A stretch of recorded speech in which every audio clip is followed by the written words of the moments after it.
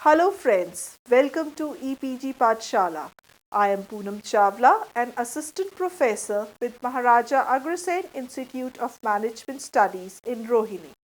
Today, we are going to discuss on the interesting subject of forces influencing working and learning in context of learning and development. The learning outcomes associated with this module are factors influencing working and learning, followed by the summary of the module. Let us see what are the factors that influence working and learning. Number 1, competition for skilled employees.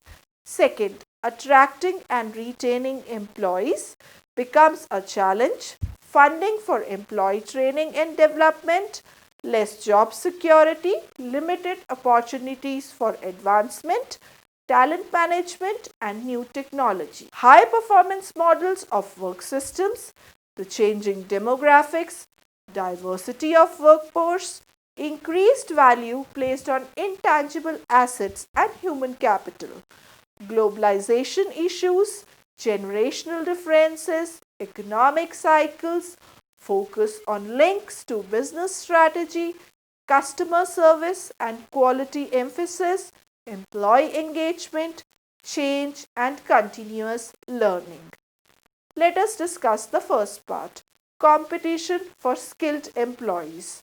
There is huge competition for skilled employees, and this competition will increase as the baby boomer generation will start to retire. As the occupational structure of the US economy has shifted, skill requirements have also changed.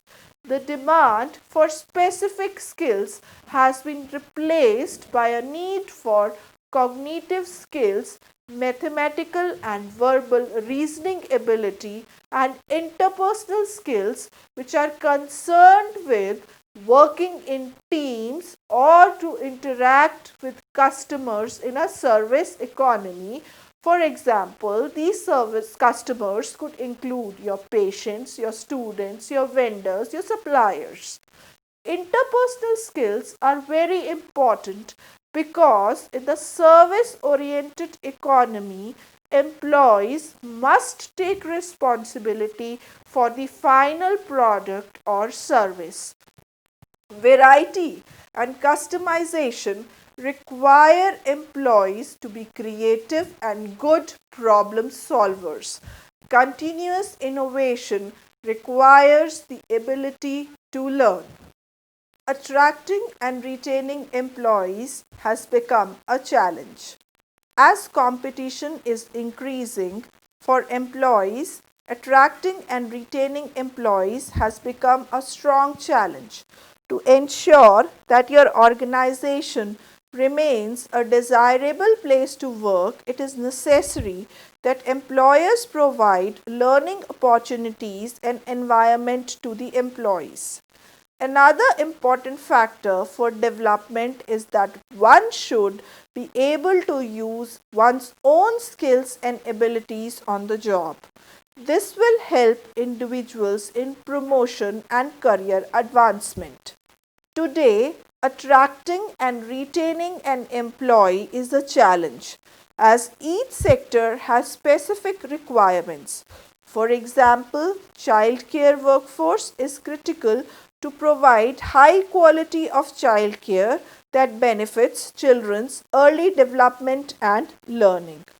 Funding for employee training and development is a concern for organizations. Even today, many organizations do not provide adequate funding for training and development, and that is a matter of concern. Though the need to provide for training and development in employees has increased, the resources to do so may not be available. In fact, funding for training and development is eliminated in times of financial uncertainty. Less job security. Employees in general have less or minimal job security today. People constantly hear that they can expect to have many different employers and even different careers during their work life. Today, employees are looking for employers who will provide them with opportunities to develop transferable skills. Limited opportunity for advancement.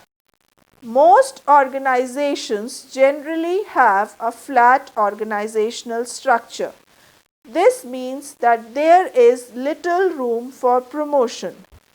Employees and organization need to embrace the idea that moving up is not the only way to be satisfied with one's work. An alternative is to create challenges for employees in their current position or a similar position. Staff can learn from their colleagues. For example, less experienced employees can learn from more experienced employees. Few employees can participate in external workshops and upon their return provide training to their colleagues. A skill inventory can be created and employees recognized as they work their way through that inventory. It is important to identify employees who are willing to develop their skills and seek promotion. For example, sales managers are encouraged to spend more time in operations where they can actually learn about product flow, delivery, and other technical processes, and it may help the sales manager later to take up a managerial position. This slide talks about talent management. Talent management means attracting, retaining, developing, and motivating skilled employees.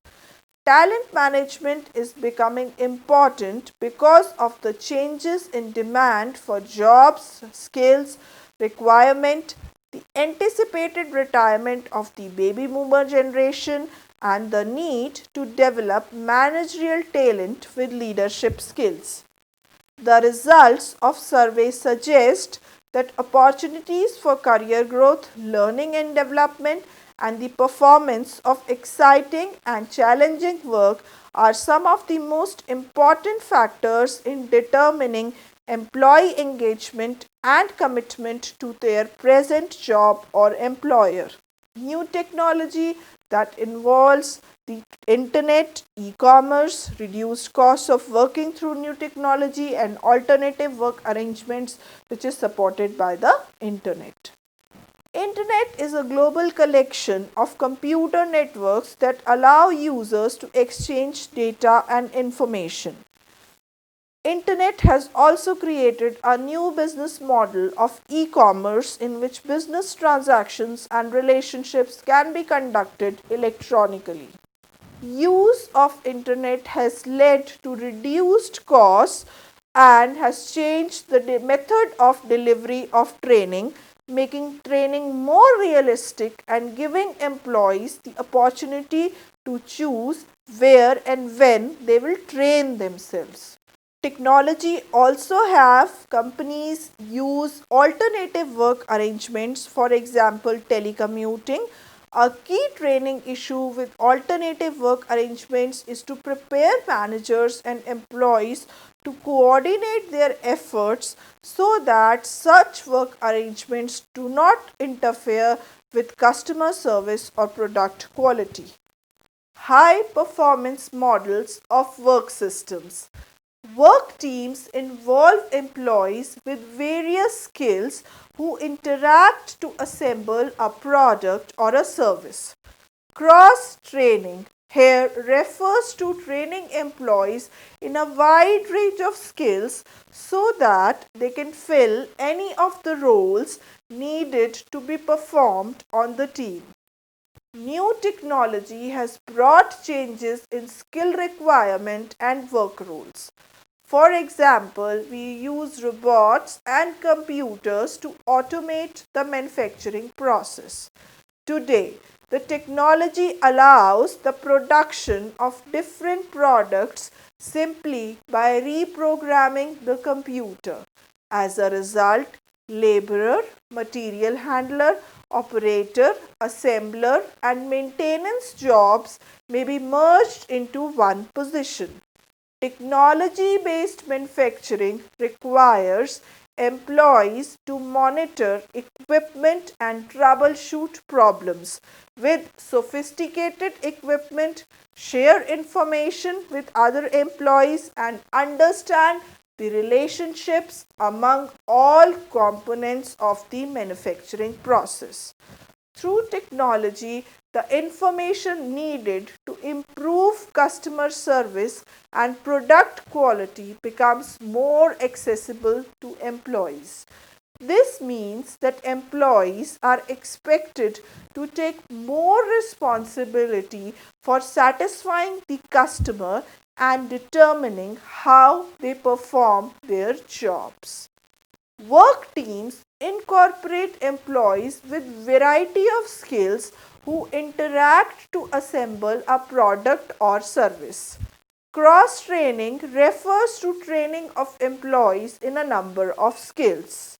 Use of new technology and work designs needs to be supported by specific human resource management practices. Virtual teams refer to a group of individuals who work together from different geographic locations and depend upon communication technology such as email, fax, voice conferencing in order to collaborate. Changing demographics and diversity of the workforce. The aging population means that companies are employing a growing share of older workers who are playing their second innings. Older people want to work and they plan a working retirement. Despite myths to the contrary factor, worker performance and learning in most jobs is not adversely affected by aging. Older employees are willing and able to learn new technology. An emerging trend that is seen is for qualified older employees who ask to work part time or for only a few months at a time as a means to transition to retirement, which is sometimes also called as phased retirement. Another source of workforce diversity is greater access to the workplace for people with disabilities. Because of this kind of diversity, it is unlikely that all employees will hold similar work values. Research cites that to maximize employee motivation and commitment towards the organizational goals, employees should be given the opportunity to grow. Employee engagement refers to the degree to which employees are involved in their work and strength of their commitment to their job and to the company. Change refers to the adoption of a new idea or behavior by a company. A learning organization has a culture of lifelong learning, enabling all employees to continually acquire and share knowledge. Let us discuss increased value placed on intangible assets and human capital. Human capital here refers to the sum of the attributes, life experiences, knowledge, inventiveness, energy, and enthusiasm that the company's employee invest in their work. Intellectual capital refers to the codified knowledge that exists in a company. Social capital refers to the relationships in that company.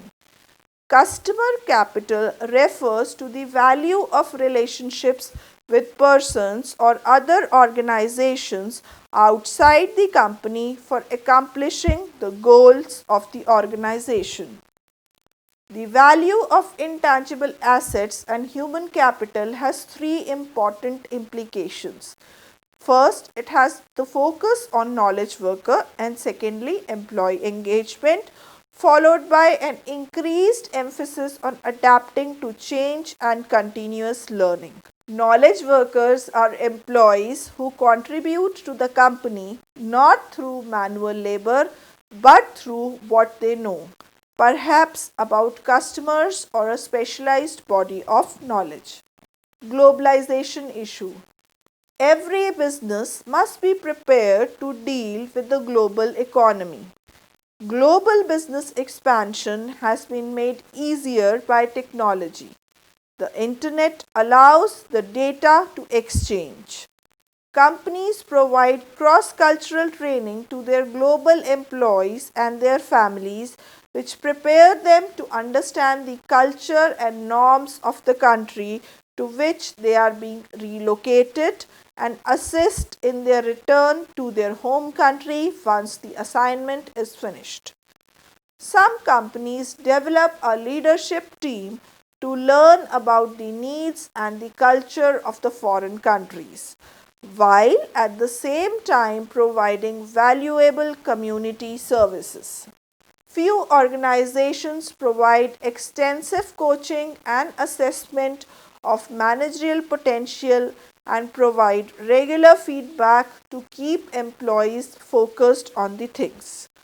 Globalization also means that US companies may move jobs overseas. Offshoring refers to the process of moving jobs from country to other locations in the world.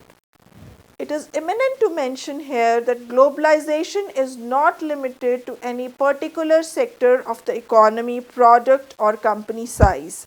Companies without international operations may buy or use goods that have been produced overseas, hire employees with diverse backgrounds, or compete with foreign owned companies operating within the nation. Generational differences. To successfully manage the diverse workforce, managers and employees must be trained to a new set of skills, which includes communicating effectively with employees from a wide variety of backgrounds, providing coaching to employees of various age groups, educational backgrounds, and races, providing feedback to performance which is free of values and stereotypes, training managers to recognize, understand, and respond to generational differences, creating a working environment which promotes employees of all backgrounds to be creative and innovative. Economic cycles provide an opportunity for companies to take a closer look at training and development to identify those activities that are critical for supporting the business strategy as well as those mandated by law.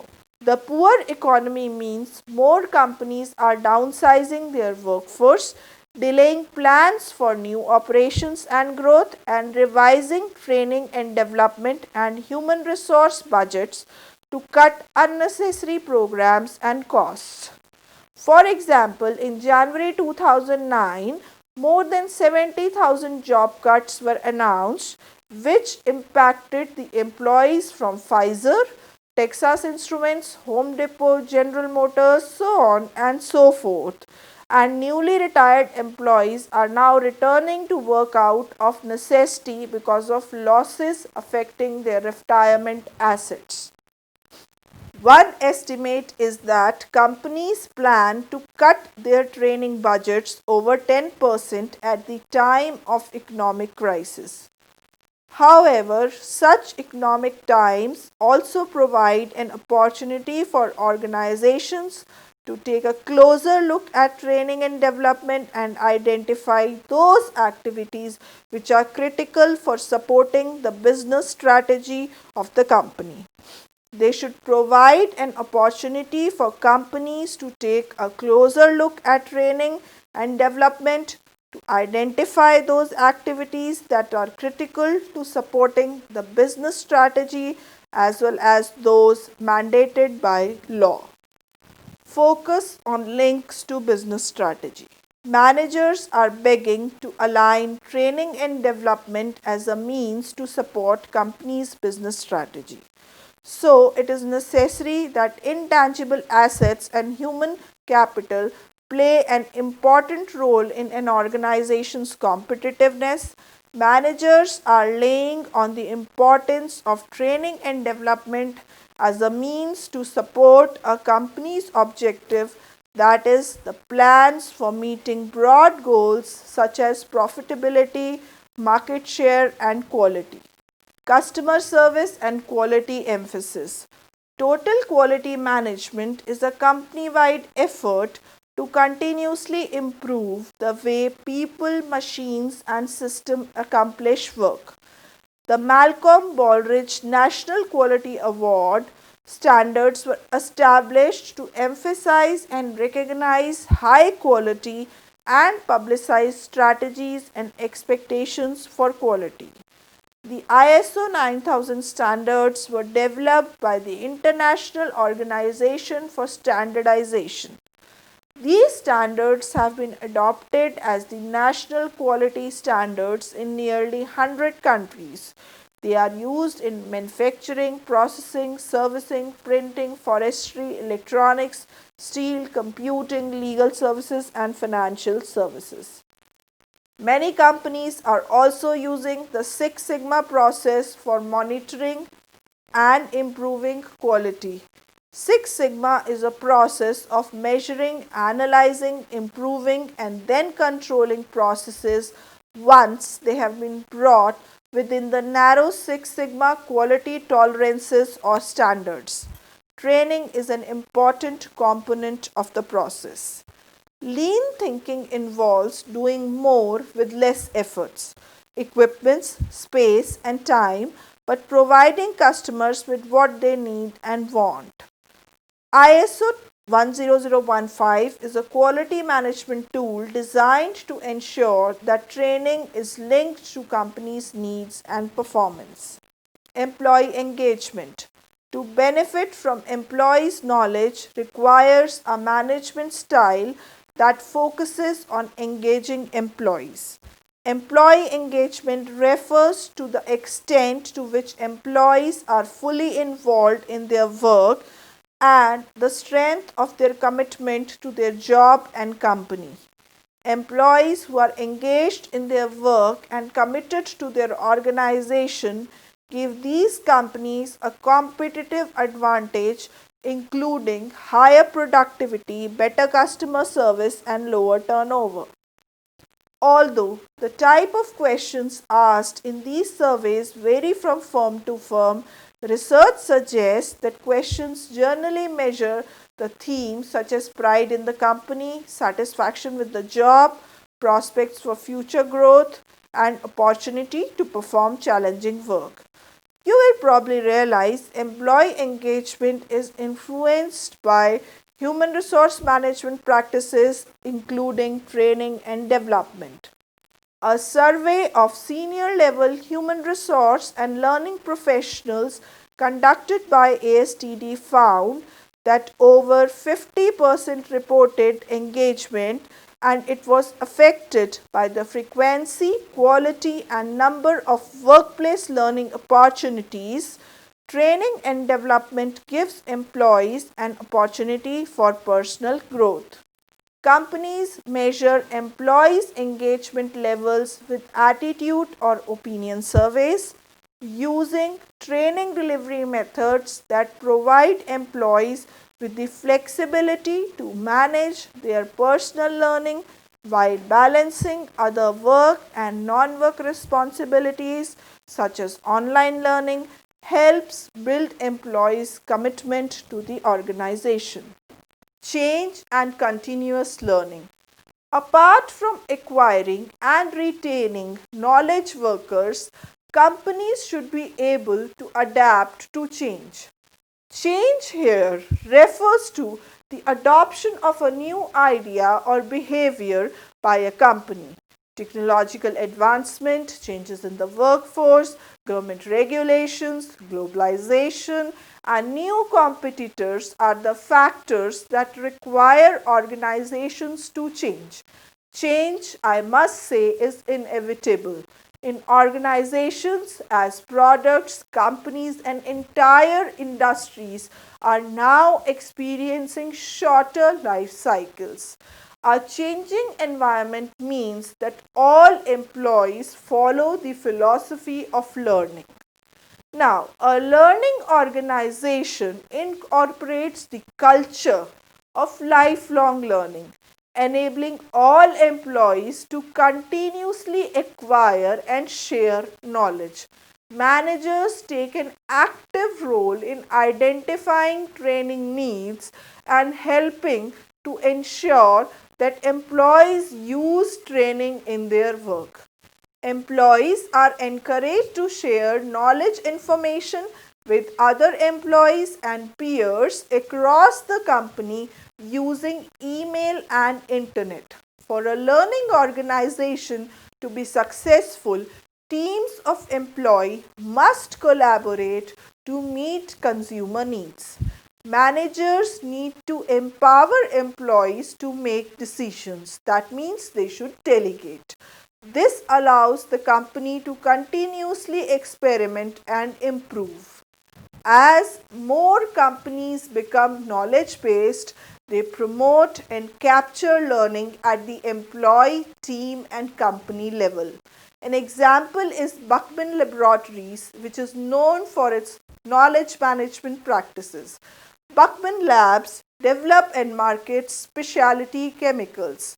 Employees use laptops, computers, and technology so as to share information anywhere and anytime using the internet. The company rewards innovation and knowledge creation and exchange by including the sales of new products as part of employees' performance evaluation. Summary. Now let us summarize the module. Training creates a platform to develop the knowledge base of all employees. But many employers observe the development opportunities as an expense. Employees are absent from work while attending training sessions, which may delay the completion of assignment or projects. Training and development provides both the organization and the individual employee with benefits that make the cost and time a worthwhile investment. An employee who receives the necessary training is able to perform her job in a better manner. The employee becomes more aware of safety practices and proper procedures for performing the basic task. The training may also build the employee's confidence because now he will have stronger understanding of the industry and the responsibilities of his job. This confidence will help him to do better and think of newer ideas that can help him to excel. Continuous training keeps employees on the cutting edge of industry developments. Employees with access to training and development programs have the advantage over employees in other companies who are left untrained. The investment in training that a company makes highlights and shows the employees that they are being valued and also generates a sense of belongingness in them, thus creating a supportive workplace. Thank you. I hope you understood the module well.